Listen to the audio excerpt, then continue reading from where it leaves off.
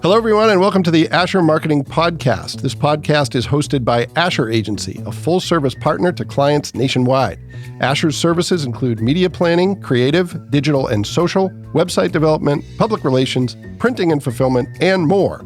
Anything you need to connect with your prospects and tell your story.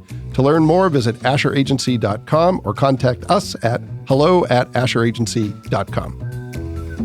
My guest is Jennifer Goddard. Jennifer, how are you doing? I'm doing great. Thank you. It's a pleasure to be with you today. Well, thank you so much for joining us from the great state of West Virginia. Some of the listeners to the podcast may remember that Asher has offices not only in Indiana, but also in West Virginia. And you have the pleasure of working with some of our folks there, and they have the pleasure of working with you. So tell me a little bit about some of the things you've worked on with Asher and who you've worked with on our team. Well, I have been with YWCA Charleston for about 7 years and in the role as CEO for just over a year now.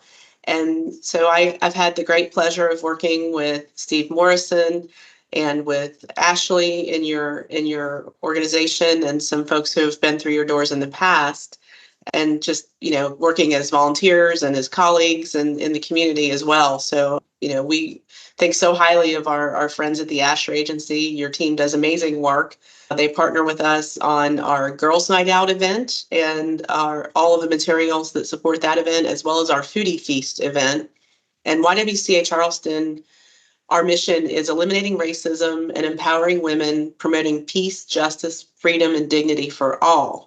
And we live our mission in the community through our programs that we operate. So we serve victims of domestic violence, women and families experiencing homelessness, senior survivors of elder abuse and chronic homelessness. We have a child development center, ages 6 weeks up until age 12, through early childhood development program and after school programming. We have our Center for Racial Equity and Inclusion and our Racial Equity and Inclusion program. And we also have our gently used clothing store. And so all of that to say that Steve and Ashley are really involved in helping with the look and feel of two of our signature events that raise funds for two of those programs. Girls Night Out is in its 26th year of raising funds. It's a party with a purpose to raise money for our domestic violence program, the Resolve Family Abuse program. And so Asher has been involved for a long time with helping create graphics, helping to advise on making this a really elevated event that is for ladies only every summer, to make sure that folks are aware of the domestic violence services available and giving us the ability to offer those services for no cost to survivors. And then our Foodie Feast event that they've helped us really shape and elevate. It's a kind of a Thanksgiving theme with a foodie twist. And we host a luncheon, a brunch every year to raise money for our Sojourner Shelter for homeless women and families. And they've just done an amazing job over time as partners in this event and the Girls Night Out over time. Well, I know that we very much appreciate the opportunity to work with you and help you with the important work that you do. And Steve and Ashley are two of our best. So I really appreciate them connecting us. But Jennifer, I want to, in just a minute, I want to hear more about some of the work that you're doing. But I want to start by going a little bit back in time, because you come from somewhat of a public relations background. And a lot of the folks who listen to this podcast, they have a particular interest in the career paths of our guests. So I'd like you to tell me when you first started thinking about careers and where that took you in terms of a career path, and when you diverted and how you diverted. It sounded like that might have happened about a year ago, but walk me through your career path, if you would. Where did it start and where did you go from there? Sure. It's funny when you think about when you're a little kid, what do you want to be when you grow up? Everyone's parents, I hope, ask that question of the kids in their lives. My parents always wanted to know, what did I want to be when I grew up? And, I had lots of crazy ideas. I thought I wanted to be an archaeologist because I used to read National Geographic and Indiana Jones and the Temple of Doom. And I thought that would be a great career. And then I remember The Love Boat came on TV and I was like, oh, I want to be a cruise director. And my parents were like, well, those are really interesting career ideas. And as time went by and I started looking at what my skills and talents were and hearing feedback from teachers in school. And it was really clear when I was on the school newspaper when I was in high school, one of my advisors was really very tuned into what we were doing. And she said, you've really got a lot of skills that would make you a great public relations person. Do you know anything about that, or would you like to know about that? And she gave me some great resources, connected me with some folks in our community who were doing that type of work. And I was like, yeah, this is it. This is what I want to do. So I was really lucky to get great feedback and great support early on. And so I went to Ohio University in Athens, Ohio, studied journalism at the Scripps School of Journalism. So I have a journalism by training background with a focus on public relations, and really learned about the old school journalism, the ethics, and making sure that when you're a public relations practitioner, you are not doing things that are opposed to the greater good. I've been a member of the Public Relations Society of America for more years than I'd care to admit. I joined right after I graduated from college and worked for a nonprofit early in my career as a communications coordinator for a small nonprofit here in the community. I grew up in Charleston, and so had great ties to Charleston my whole career. And as you do when you have a career that doesn't pay very well, your very first job never pays well. At least you think you want to go off. I thought I wanted to go off to the big city of New York, and I was so excited when I got offered a job at a big PR agency in New York City. And I was telling my dad about it. And we had lived in New Jersey when I was younger. So he was just like, well, so what are you going to do for your other job? Because that one job, what they're offering you will not pay the bills, and you will not be living in New York City with that kind of a pay. He's like, maybe you need to think about that. So thankfully I did, and found the job that I then took in Charleston, working for a nonprofit. It was a statewide child advocacy organization, and it was just getting started. So I really had an opportunity to take all the things I learned in college in public relations and apply that to, doing a campaign and doing community education and community organizing and true child advocacy. We did outreach to business people, and we did outreach to members of the faith communities, and we worked with a national partner. So it was a really exciting first job. And because I was the, one of 3 paid staff people, I did it all. I used to take press releases home and, stuff envelopes and mail them out, because I felt like I was an overachiever when I realized that you could program your fax machine and send press releases out overnight while you were not there. And people were like, wow, that was a great thing to do, So doing things in a way that, where you have to figure it out yourself, and you're a one-person shop. I was doing a newsletter. I was doing community events. We were doing a data book, and, I learned how to do desktop publishing because there was no one else to do it. Going on photo shoots with really talented people, photographers, and I knew nothing. And they were gracious enough to say, oh, well, your job is to do this, let's work on the shot list together. When I learned how the printing business worked, and I had never gotten estimates for anything. And, all of a sudden I was tasked with getting print estimates from 3 printers for this data book, and, having people who were kind enough to take the time to help me come along in my career, and working with a lot of community partners. We had great volunteers because we were a nonprofit. They were willing to share their time with us. And that led me to the next step in my career, where I then, went to work for an advertising and public relations firm, a regional, very, very big kind of powerhouse in the community. An awful lot of the talented people in our community today walk through those doors too. That I learned everything there was to know, because, all of a sudden it was my job to do certain things. And then took a shift from public relations for a while, and they needed somebody in the advertising department as an account executive. And so off I went to the world of advertising. So all of a sudden I was scheduling television commercial shoots and magazine features, and again, working with people who were, willing to help me grow in my career. It was a great training ground.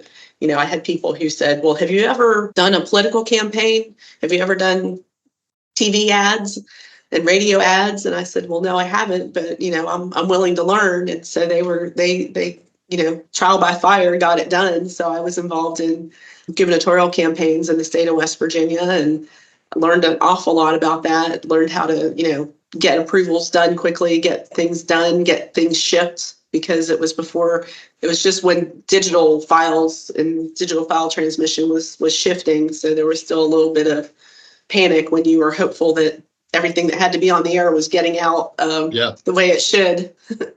And then from there, I moved into the corporate world and worked for a natural gas transmission company, was one of their communications coordinators, and did a lot of employee communications. So, helped with doing the employee newsletter, shifting that from print to the employee intranet, getting it online, working with folks to help our CEO when they were doing employee roundtables, getting them out to locations and working with people in the community. I was lucky enough to work with all of our nonprofit partners and get an opportunity to say, oh, well, these dollars are really important in this community.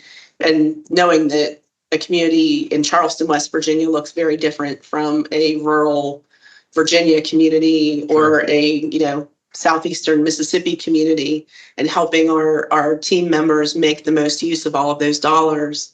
And then doing stakeholder outreach, where we were putting in new transmission lines and new compressor stations, and people, were mad because we were digging up their backyard, and you were getting poked in the chest because we had some angry landowners, and being able to help get their questions answered and understanding what their concerns were. And that was a great opportunity. I learned so much working with really talented people my whole career. In the corporate arena, it was great having a corporate environment where they taught you the value of building a corporate culture and being a part of a team. And I was very thankful to have a lot of continuing education opportunities. I was able to get a master's degree in organizational management and get kind of in the management track at that point. And that was really valuable because I was able to learn more about the business side of things and the management side of things, skills that I didn't really have. I had not supervised people early in my career, and it was great to get the education, the formal education in that to help me to get to where I am today. The corporate environment is always changing, and when the company decided that they were pulling back from Charleston, West Virginia, I found myself looking for a new career opportunity. And I was really fortunate to go to work for a kind of a boutique consulting firm that does stakeholder outreach and community advisory panels. And so I spent almost 7 years with that organization, really, working with corporate partners all across the country, some Fortune 500 partners that wanted to be in a community and get to know their neighbors and inform the community about what was happening behind the fence line, heavily into the chemical industry, the refining industry, the natural gas and mining industries. So, a lot of the companies that are often considered to be folks that you don't want in your community, you don't want them to be your neighbors. And the fact is they're everywhere and they are neighbors. So it was a really great opportunity to help build relationships. And I think everything that I've done in my career has been about building relationships. It was just a matter of what that vehicle was, whether it was paid advertising or public relations, earned media, or true neighbor to neighbor across the dinner table, because we would have dinner with the community members, and then the folks from the company would talk about a topic that was of interest to the community members and invite people in to talk about specific topics if they were expanding a plant or extending an area of operation into a new community. So it was really a great opportunity for me, again, just building on all these pieces and parts of my career that then led me from the consulting firm into a kind of a change. I was traveling, I was on the road so much, being out of town so much, I wasn't feeling like I was a part of my own community. Yeah. And an opportunity came up where I worked for the State Department of Commerce for almost 2 years in their communications department, helping our business development folks talk about how great West Virginia is and let people know that West Virginia is a great place to do business. And so it was always that on an airplane, I'd end up chatting with somebody next to me about West Virginia and dispelling those myths about West Virginia anywhere you go. And that was really exciting. I got to help build some great identity for the state and worked on trade show booths and materials to hand out and celebrations. So I had a really great opportunity there and enjoyed it. And then, I've always been a volunteer as much as I could be in the community. Even when I was traveling significantly, I've served on nonprofit boards my whole life, and always had an affinity for the work of the YWCA. Certainly a passion, of mine to make sure that we were, eliminating racism and empowering women has always been a part of my makeup. And so being able to find a career opportunity when I was really looking for something different, and the chief program officer position is how I entered the YWCA 7 years ago. They were looking for someone who had the ability to, build the team, help the program directors really make sure that if there were obstacles they were encountering, what could we do to support them? How could we just continue with the great work and even be better and do more to really build the quality of the programs and make sure that everyone was getting what they needed from our organization. So that's how I came into the YWCA. It was back to, kind of a full circle almost, where I started in the nonprofit arena and then had great opportunity to really build lots of different skills and then bring all that as the chief program officer. Yeah, there's a couple things in all that strike me, Jennifer. One is how it seems like a lot of the transitions you made were right place, right time, and really built off your past experience. And I'm really glad to hear you use some terms that sounds like you and I are similar vintage, to hear about stuffing envelopes and fax machines. That will completely alienate some of our younger listeners, but for me, that's good stuff because I remember those days when things weren't quite as easy. So you work in one capacity with the YWCA. Talk a little bit, if you don't mind, about that work and then how you found yourself in the CEO chair, because that's obviously a very different job than the PR work you'd been doing today. It's interesting. Some of it seems very different, but it all comes down to really, the core of public relations, which is communication and building and maintaining relationships. I have my accreditation in public relations, my APR. I've been involved in the Public Relations Society of America my whole career. It was a great way to network and a great way to get out there and really talk to people in our community and in the industry across the whole state.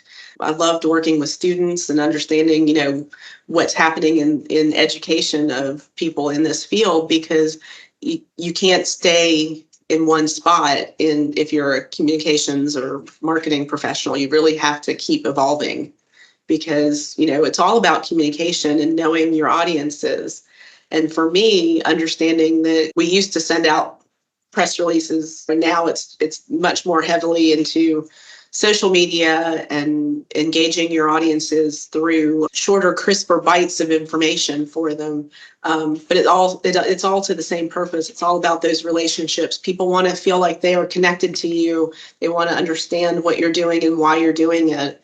And that's no different whether it's internal or external audiences for me. Our team at the YWCA Charleston, we operate in Boone, Clay, and Kanawha counties. So it's sort of the metro area plus of Charleston for those who are not from West Virginia. It's our capital city. And so, those we serve look very different in the northern and southern and far eastern and western edges of our territory because they're much more rural. And then you have Charleston, the capital city, which has a little more density to it and it's a little more urban. And so you really have to think about when you're talking to funders, when you're talking to community partners, when you're talking to those who need your services, you have to know how to connect. And so, for me, it's all about understanding what do people want from us and what do people need from us. And we have about 100 employees. So our employees need and want some of the same things and some very different things compared to our program participants. And our donors and our community partners need different things from us. So for me, shifting from chief program officer, where it was nuts and bolts of operations, it was making sure that we had a really good, solid foundation for our program directors so that they could get the resources they need. if they were having a challenge because they had a client who had really difficult needs and, they'd done everything they could do. My job was to help them figure out, okay, what obstacles are we facing and who can help us to help this client get their needs met, and how can we empower this person, not just hand them a solution, but really, collaborate and work together. So, my job was really, as the chief program officer, was to partner with our team members. And sometimes it was, as simple as pulling one program director together with another program director and saying, hey, how can you help each other with this solution? Because you're, if you don't help figure it out now, this person might then become your client.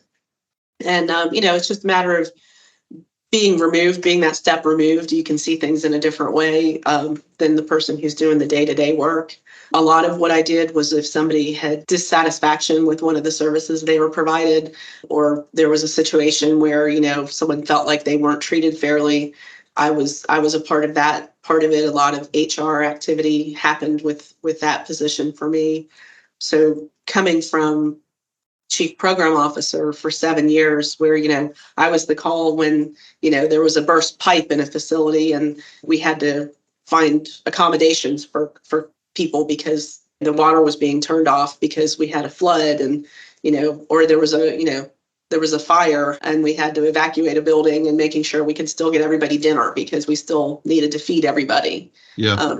So just being that resource. It wasn't that the program directors ever needed my help in the moment. It was really helping them manage the ongoing solutions. And it was, it was really challenging. No day has ever been the same since I've been here. COVID was certainly something that was just a huge challenge. Yeah.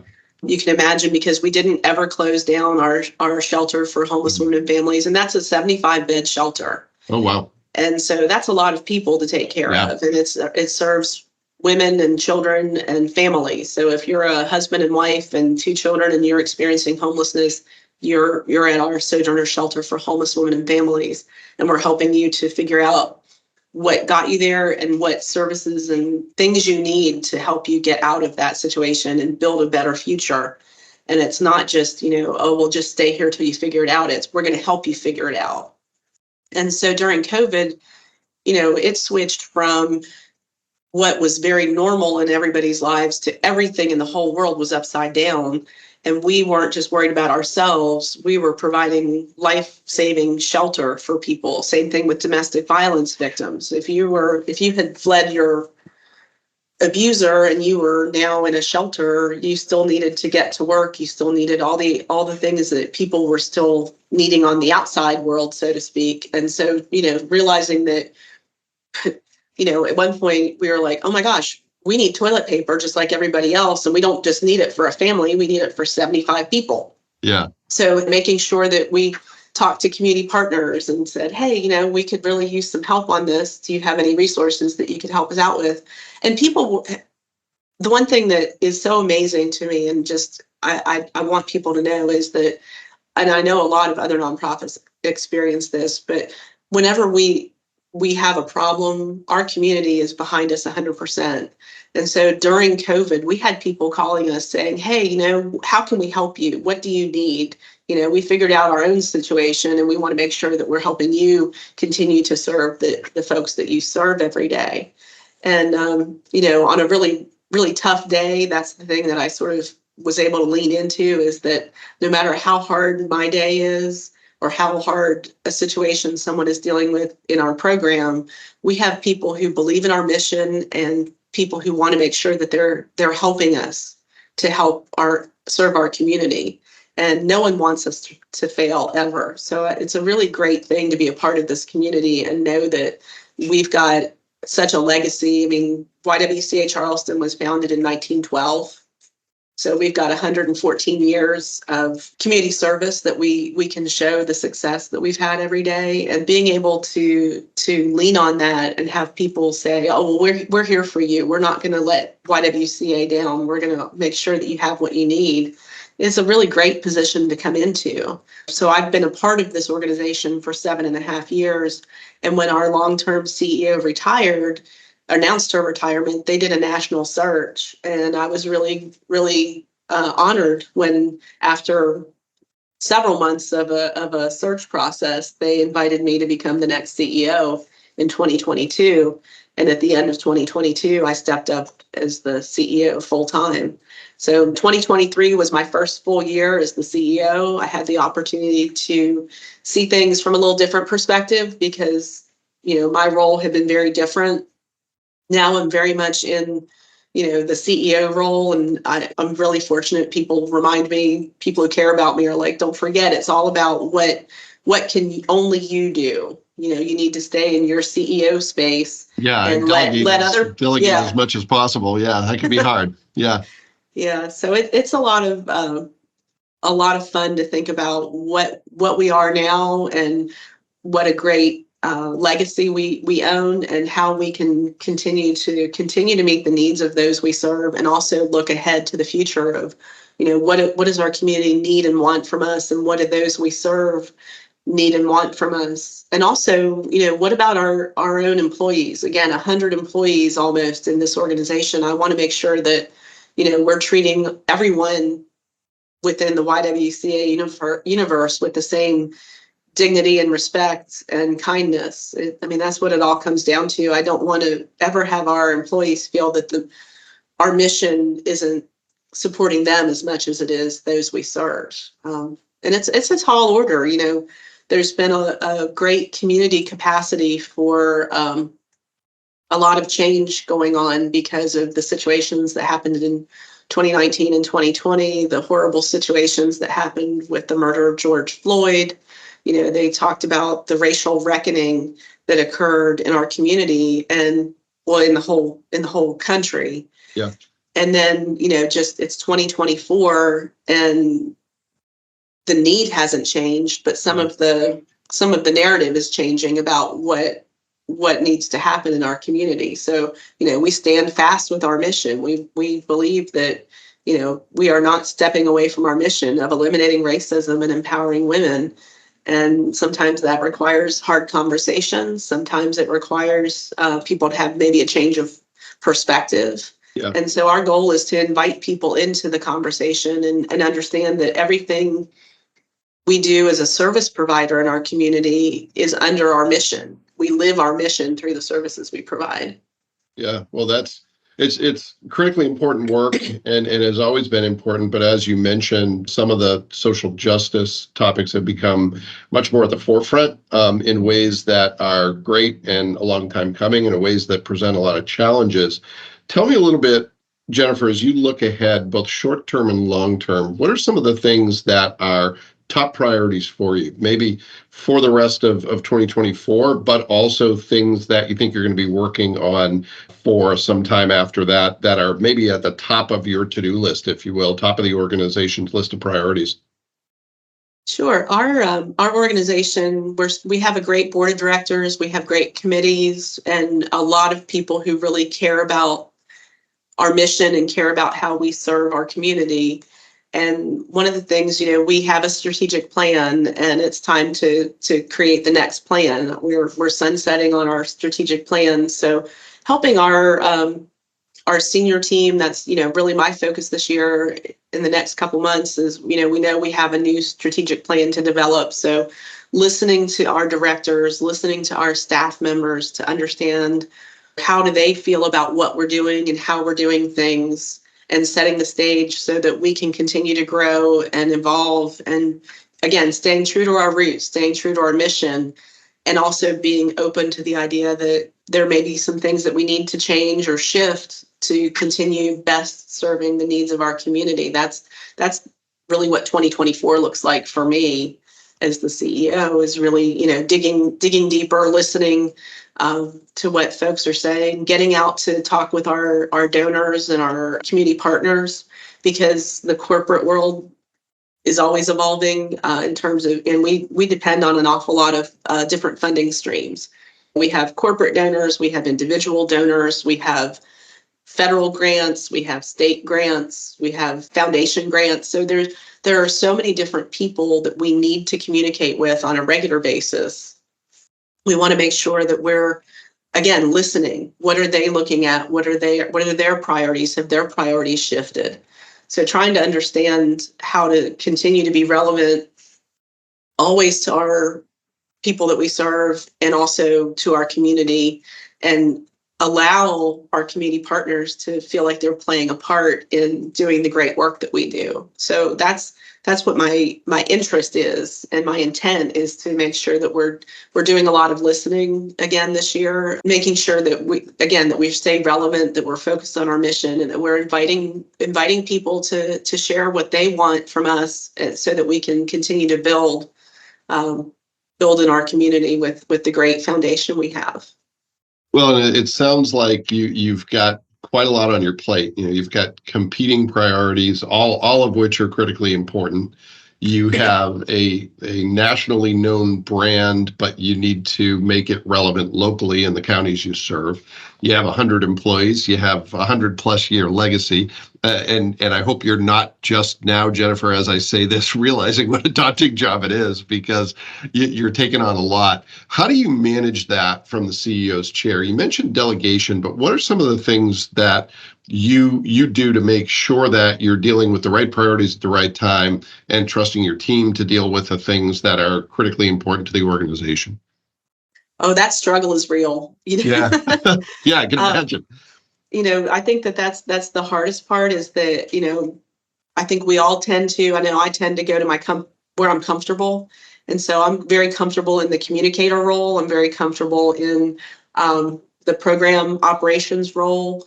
So for me, it's about staying focused on the things, again, that only I can do. So I know that we've got some work to do with our funders and our community members. And, we really can see that we're going to be changing some of the expectations people have are changing.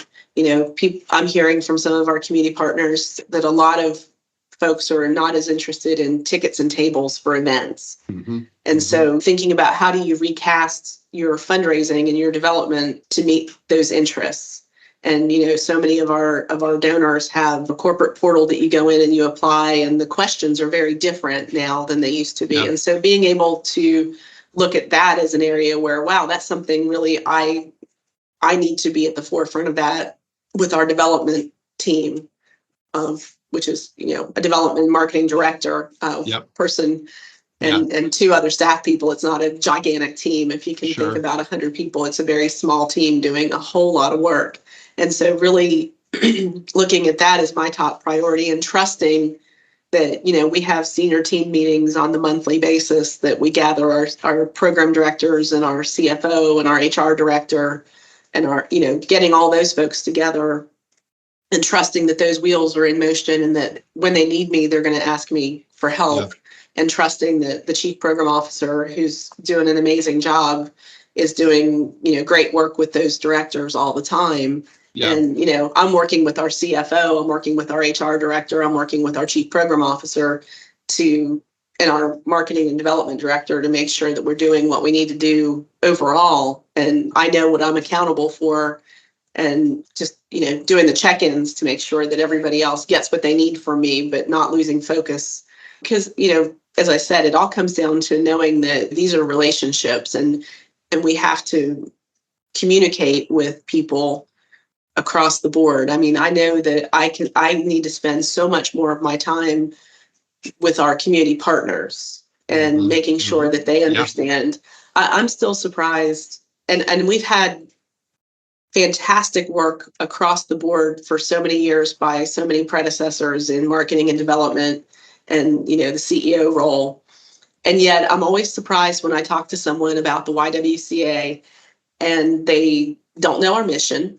Yeah. They confuse us with the wonderful folks at the YMCA Yep. that has the song and the Yeah. dance.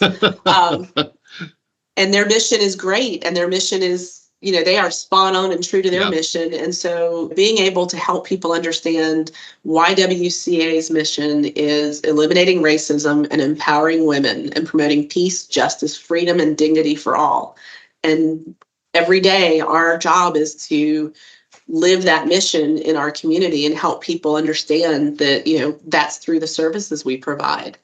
And so we want to make sure that people get that. And people, I'm very thankful, have a passion. Maybe they know one of our programs. Yeah. And they'll say, "Oh, well, I'm really familiar with your foodie feast, or I always go to girls' night out." They know an event, or, "Oh, my church volunteers, we pack backpacks for, after school programs, and we know that, Sojourners Shelter gets some of our backpacks every fall." And they love, and I love that they all have a passion for a specific program. That's great. And I also want people to know that we're bigger than what they see, or Yeah. maybe understand that we have so many different facets to the organization, and we serve so many different needs in the community. And without any one of the programs we operate, there would be a huge gaping hole in the structure of our community. And it's important to make sure that people don't fall through the cracks. We serve people every day, and provide life-saving services. I mean, there's really not much more important than making sure people are housed and safe and fed, and treated with dignity, and allowed to grow and develop. I mean, that's at the core of what we do every day.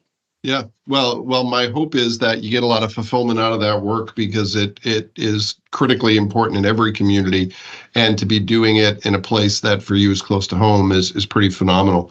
So Jennifer, in everything you've talked about with your career, you've had some great experiences. You've had some diverse experiences. You've done a lot of different things. You've been in the CEO's chair, but you've also worked in close relationship with those at the top. Tell me, if you don't mind, what's the most important lesson you've taken away from the standpoint of building a successful and fulfilling career? If you're giving advice to someone, what would you say is the most important thing to focus on to have a fulfilling and successful career? I'm happy to say that I think I learned that early in my career from personal experience with my dad. My dad was, and both my parents were wonderful people. My dad was a corporate guy. He worked for Union Carbide. We made the corporate moves. We came to Charleston because of Union Carbide and the work that he did. He was a great role model for someone going into a corporate environment. He always, he was, he wore a suit. He was in sales. He really, was a great role model. And I can remember talking with him about things early in my career, and I saw how hard he worked. And unfortunately, the way that the best advice I have is, unfortunately, because when he passed away, he was still working.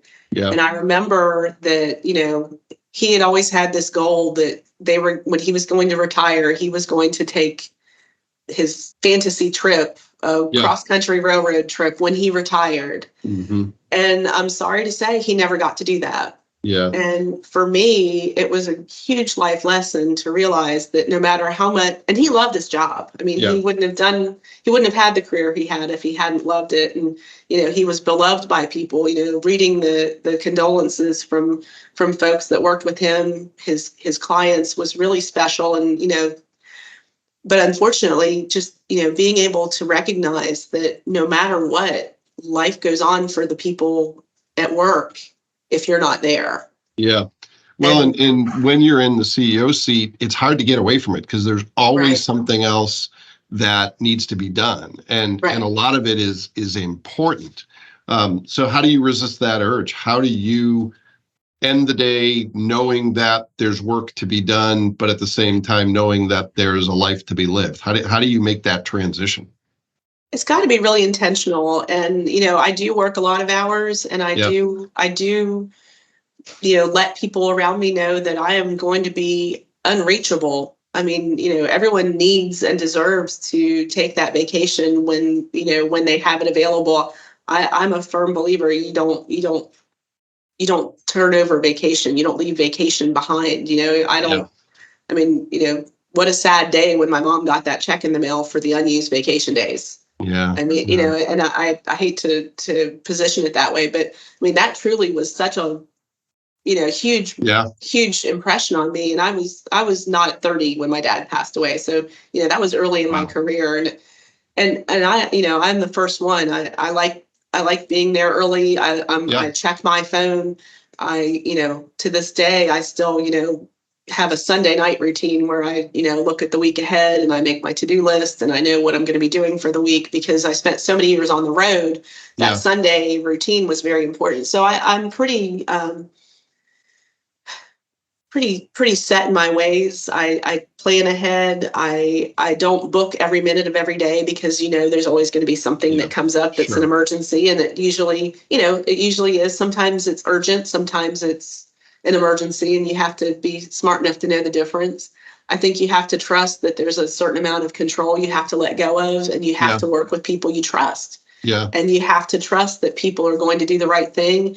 Um, I love that I have people that I work with who are willing to be accountable for what they do, and they like to ask questions, and we're very clear about, what people's roles and responsibilities are.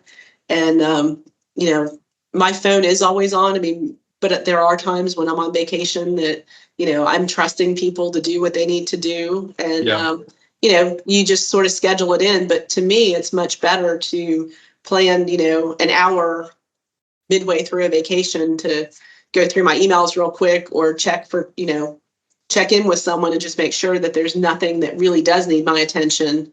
Yeah. Um, Well, but it's a otherwise balance. you spend your whole vacation waiting for the other shoe to drop. But if you Yeah, take that planned time and say, instead of losing my entire vacation, I'm going to concede an hour to make sure everything's in order. And I think the message coming from you, Jennifer, is critically important because people tend to think of us as having just one dimension. She's a CEO, so she must work all the time. And couple great messages there. I think one is take your benefit time. I always tell our people here at Asher, and they don't always listen to me about that and many other things. But I say, you wouldn't leave a paycheck uncashed. Don't leave benefit time unused. And I think that's one of the things that, as you mentioned, unfortunately, we kind of learned from previous generations is that while work, should be an important facet of our life, it shouldn't be the only thing. And, if there's something you want to do outside of work, it's okay to make that a priority. exactly. Yeah. And I'm a big planner too. So, by the time I've decided I'm going on vacation for a week or 10 days even, and yes, I've done that. Yeah. I have made plans with, my coworkers, my board president, they're going to know that this is coming up and this window of time Yeah. is locked in. And so, let's get all these things that need done out of the way. And so if someone does need to reach out, it's truly going to be an emergency. It's Yeah. not going to be just routine something. And, my goal is always to have a backup plan so that, I do have some plans to take some trips that I'm not going to be able to check in. I won't Yeah. be in the same time zone if I'm lucky, Yeah. in Yeah. 2025. I've got a plan where it's going Yeah. to be fairly hard to reach me. So I will be making plans with people that, there will just be windows of time where I'm just not available. And that should be okay for everybody. Now, it doesn't mean that you're Absolutely. not working hard and you're not, putting in the extra calories ahead of time Yeah. to, do the best you can to plan. But we all need to recharge. We all need that time to just, breathe and process. And I think if nothing else, and granted, I didn't have this. I am so jealous of the people who said, "Oh my gosh, I was so bored during COVID. I cleaned out all my closets." We Yeah. didn't get that opportunity. We were Yeah. busy all the Yeah. time. We were out looking for toilet paper and cleaning supplies just about Yeah. every day. We were, Yeah. Jeez. back when they were limiting to how many cans of a cleaning product you could get, we were all texting each other and all making our laps through that store because they had 8 cans of it available. And we Yeah. would, Wow. so I didn't have that downtime. And I'm one of those people where I do like to recharge. I do, turn off the noise and just enjoy the time at home. And I have a wonderful husband and we have a wonderful dog, and we have great friends and family that we like to spend time with. So I do my best to protect that personal time, knowing that there's always going to be events that I can't help, and I want to be there when people need me. I want to be but I'm not always the only person who can respond. Yeah, no, I think that's great advice and, super important for people, especially those who may be just getting started in their career, for them to hear that you can be a successful leader and maybe you will only be a successful leader if you take that time to recharge and get away from work while also doing the work up front to make sure the organization's in a good position for you to be gone. That's great advice. All right, so second quick hit question, if you will, is related to myths and misconceptions about the work that you do. You've already alluded to one, the confusion that sometimes exists between the YW and the YMCA. But what else, Jennifer, is important to you? Maybe a myth or misconception about the YW, about your role, about organizations like the YW, something you want to clear up, or maybe something that doesn't get the attention it deserves. I've been thinking about this since you mentioned it. And, one of the things that because you're in Fort Wayne and you have a lot of folks who work, maybe they're not familiar with West Virginia. Yeah. I think it's bigger than that. People don't understand that it is West Virginia. It's its own little state. Yeah. It's a beautiful place to live and work. And we have really talented people who really care about their communities. And I think for me, the big myth is that West Virginia is some backward place. And Yeah. I can tell you that West Virginia is one of the best places you could live and work and do business. We have, like I said, we've been here since 1912. Yep. YWCA Charleston has a long history of making a difference in the lives of women and families. And a lot of times people think that, they're not up to date on things. We do great work every day. We are, through the work that we do, through our mission, we serve over 5,000 people a year. And that's a lot of people to provide services to. And, we are having conversations about racial equity and inclusion. We are, coordinating with people in our community to look at policies and procedures for, making sure that our community has equity at the forefront.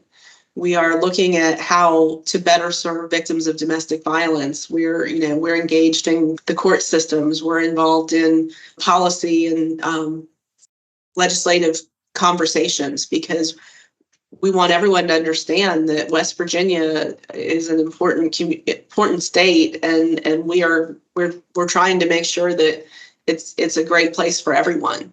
Yeah, well, and we have that in common because Indiana doesn't always have the best reputation. But I've been to West Virginia and have really enjoyed my time there, only a couple of times, but have always wanted to go back and see it again for a number of different reasons. So maybe the combined message of the last two answers is take your benefit time and take some of it in West Virginia and That's right. Maybe see what you're missing. All right. So one last question for you, Jennifer. You do a lot. You have a lot of responsibilities. You do have some good people who help you focus on what's most important. But when it comes to the work you do, what is one tool or trick or tip, could be analog, could be digital, doesn't matter, that is important to you that helps you get your work done?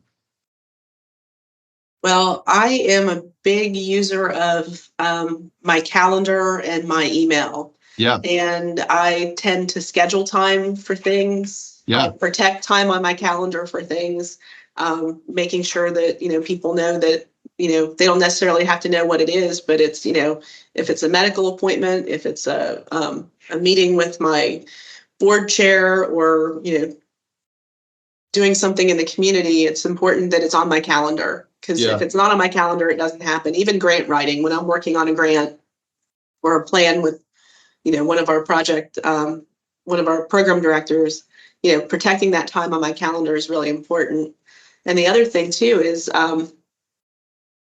the tip that I learned that I think is so powerful, and it's dealing with email. It's the 4 Ds. I don't know if you're familiar with this, but if you get your email, you look at your email, it's do it, defer it, delete it, or delegate it. And the 4 Ds of email, when someone told me that, it was life-changing. Yeah, I had a similar lesson. And, one of the biggest takeaways for me is from what you've said, there's really two important ones. One is that You don't need to do everything with every email that comes in right then and there, but the quicker you decide which action is next, the better off you're going to be. And don't use your calendar just for meetings and appointments, because if you don't plan when you do your work during the workday, you're going to end up taking it home at night on the weekend, and other people are going to define your priorities. So I think there's a combined lesson in, if you set up some frameworks and some systems to ensure you're focused on the right priorities at the right time, you're going to have the confidence to get away from work when you need to take some time off and still be an effective leader, get the most important things done. But each of those actions, whether it's do, delegate, delete, or defer, they're all important. It's just a matter of deciding which type of input you're dealing with. You're exactly right. Well, Jennifer, I really appreciate you taking the time to be with us. This has been great. Some great advice on some of the ways in which you work and get the job done, and really a great overview of a critically important organization in your community and in all communities where the YW operates. So I very much appreciate you taking the time to share your story with us. It's been a real pleasure, and I appreciate the opportunity to talk about our organization and also in context of what Asher Agency has done for YWCA Charleston. Well, thanks. Appreciate your partnership. Well, and we appreciate yours too. Thanks for working with us. Thanks. And thank you to everyone who took the opportunity to listen to this episode of the Asher Marketing Podcast. We'll be back next time with another great guest, and we hope you'll join us then.